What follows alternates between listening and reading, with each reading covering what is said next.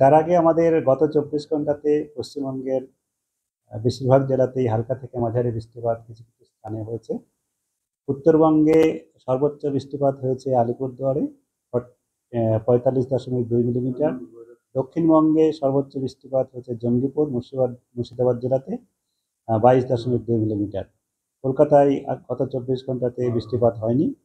সর্বোচ্চ তাপমাত্রা কলকাতাতে 37 ডিগ্রি সেলসিয়াস ছিল গতকাল। এখন আমাদের যা পূর্বাভাস আগামী কয়েকদিনের, তাতে আগামী কয়েকদিন মূলত আজ থেকে 5 তারিখ পর্যন্ত আমাদের দক্ষিণবঙ্গের কয়েকটা জেলায় আমাদের গরম এবং আর্দ্র এবং তাপপ্রবাহ এক দু জায়গায়ও হতে পারে, মূলত দক্ষিণ 24 পরগনা এবং পশ্চিম মেদিনীপুর জেলায়। আর কলকাতা, হাওড়া, উত্তর 24 পরগনা, হুগলি, পূর্ব মেদিনীপুর এইসব জেলাতে আর্দ্র এবং শুষ্ক আর্দ্র এবং গরম হাওয়া থাকার সম্ভাবনা রয়েছে। আর বাকি জেলাতে মানে আমাদের পশ্চিমবঙ্গের মূলত উত্তরবঙ্গের বেশিরভাগ জেলাতে আর দক্ষিণবঙ্গের কয়েকটা জেলায় এই 3 থেকে 5 তারিখের মধ্যে ঝোড়ো বাতাস সহ বজ্রবিদ্যুৎ এবং বৃষ্টিপাতের সম্ভাবনা রয়েছে হালকা থেকে মাঝারি। এইসব জেলাগুলো উত্তরবঙ্গের সমস্ত জেলাতেই রয়েছে। আর 24 ঘন্টাতে তেমন সম্ভাবনা দক্ষিণবঙ্গে নেই, কিন্তু উত্তরবঙ্গের সমস্ত জেলাতেই রয়েছে। আর দক্ষিণবঙ্গে মূলত মুর্শিদাবাদ, বীরভূম, নদিয়া এবং উত্তর ও দক্ষিণ 24 পরগনার এক দু জায়গায় সম্ভাবনা রয়েছে। বাকি জেলাতেও এক দু জায়গায় হতে পারে। এটা মূলত আমাদের বিক্ষিপ্তভাবে এক দু জায়গা করেই হবে দক্ষিণবঙ্গে। বেশিরভাগ জায়গাতেই শুষ্ক আবহাওয়া থাকার সম্ভাবনা থাকছে। কিন্তু আগামীকাল 4 আর 5 তারিখে এটা কিছুটা দক্ষিণবঙ্গেও বাড়বে। যেটা এক দু জায়গায় হওয়ার সম্ভাবনা ছিল, সেটা কিছু কিছু জায়গায় হওয়ার সম্ভাবনা থাকবে। মূলত আমাদের বীরভূম, মুর্শিদাবাদ, নদিয়া, উত্তর 24 পরগনা, দক্ষিণ 24 পরগনা, পূর্ব বর্ধমান, পশ্চিম বর্ধমান এইসব জেলাতে বেশি সম্ভাবনা রয়েছে। বাকি জেলাতেও সম্ভাবনা রয়েছে। আর যেটা আমি বললাম যে তাপপ্রবাহ এবং গরম এবং আর্দ্র আবহাওয়া যেটা থাকার সম্ভাবনা, সেটা আমাদের মূলত দক্ষিণবঙ্গের উপকূল ভাগের অঞ্চল জেলাগুলোতে, যেমন উত্তর দক্ষিণ 24 পরগনা, কলকাতা, পূর্ব পশ্চিম মেদিনীপুর, ঝাড়গ্রাম এইসব জেলাতেই থাকার সম্ভাবনা থাকছে। আর আগামী 5 তারিখের পরে আবার সমস্ত জেলাতেই যে আমাদের যে বৃষ্টিপাতের থান্ডারস্টর্ম এর সাথে বজ্রবিদ্যুৎ সহ যে বৃষ্টিপাতের সম্ভাবনা যেটা বললাম, এটা আরও কমে যাবে। বৃষ্টিপাতের পরিমাণ কমে যাবে এবং তাপমাত্রা আগামী দুদিনে এখন যেমন রয়েছে এরকমই থাকবে। দুদিন পরে বজ্রবিদ্যুৎ সহ বৃষ্টিপাতের জন্যে মূলত 4, 5 আর 6 এখানে কম থাকবে। 7 তারিখ থেকে আবার তাপমাত্রা বাড়তে শুরু করবে, কারণ সেই সময় আমাদের বৃষ্টিপাতের পরিমাণ কমে যাবে, আকাশে মেঘের পরিমাণ কমে যাবে, সূর্যকিরণ এবং পশ্চিম দিক থেকে শুষ্ক আবহাওয়া থাকার সম্ভাবনা থাকবে। তার জন্য তাপমাত্রা কিছুটা বাড়বে। এই হচ্ছে আমাদের আগামী কয়েকদিনের পূর্বাভাস। কলকাতা তার পার্শ্ববর্তী অঞ্চলে, কলকাতাতে আজ আমাদের মূলত আংশিক মেঘলা আকাশ কিছু কিছু জায়গায় থাকার সম্ভাবনা। বাকি যেটা গরম এবং আর্দ্র আবহাওয়া এটা চলবে। আর আজকে সর্বোচ্চ তাপমাত্রা 38-এর কাছাকাছি থাকার সম্ভাবনা থাকছে। সর্বনিম্ন তাপমাত্রা 29 ডিগ্রির কাছাকাছি থাকার সম্ভাবনা রয়েছে। আগামীকালও এরকমই থাকার সম্ভাবনা, তবে আগামীকাল সন্ধ্যার দিকে বজ্রগর্ভ মেঘ সঞ্চারের সম্ভাবনা রয়েছে।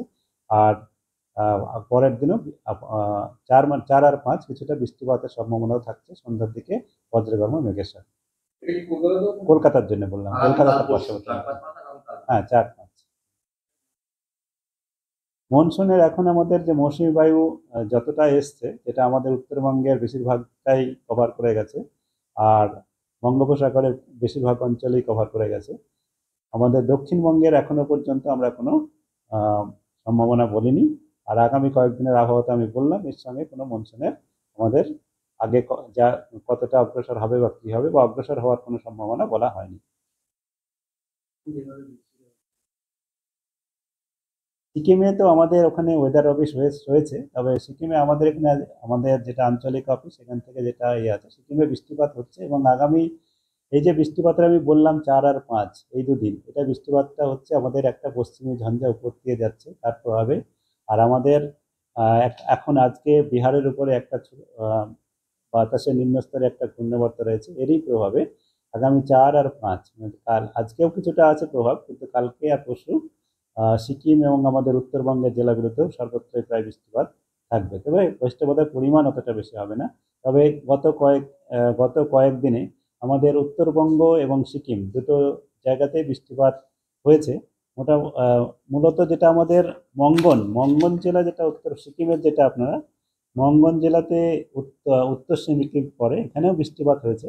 এখানে আমরা যদি দেখি 27শে মে থেকে আজকে 3 তারিখ পর্যন্ত এখানে বৃষ্টিপাতের পরিমাণ ছিল 100, আমি যদি জেলার যদি গড় ধরি, গড় বৃষ্টিপাতের পরিমাণ ছিল 137.3, আর 89.2 হচ্ছে এই কদিনে হওয়ার স্বাভাবিক। স্বাভাবিকের থেকে বেশি বৃষ্টিপাত হয়েছে, সেটা 1.5 গুণ হয়েছে, 54% বেশি। তো সেক্ষেত্রে বৃষ্টিপাত হয়েছে।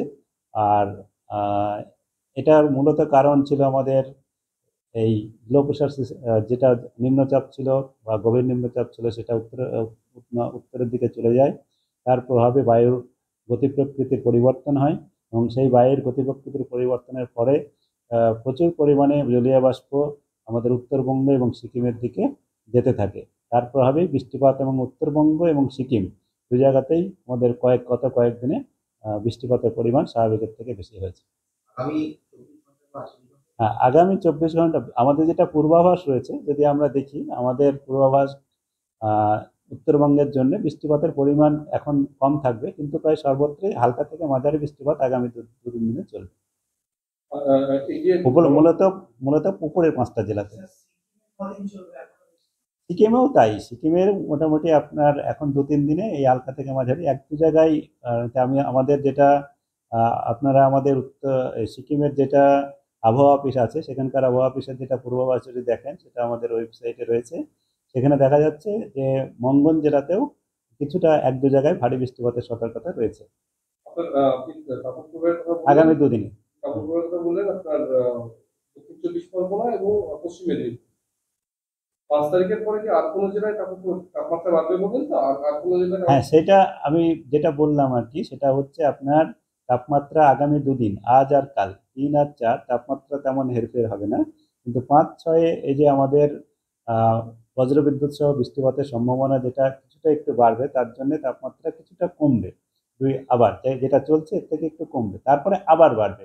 সেটা হচ্ছে বাড়াটা হচ্ছে 7 তারিখ থেকে। তখন কতটা বাড়ছে তার উপর নির্ভর করবে কেমন হচ্ছে তাপপ্রবাহ বা অন্য কোনো পরিস্থিতি তৈরি হচ্ছে কিনা। যেমন যেমন আমাদের হবে সেরকম আপনাদের পরবর্তীতে আবার আপডেট দেওয়া হবে।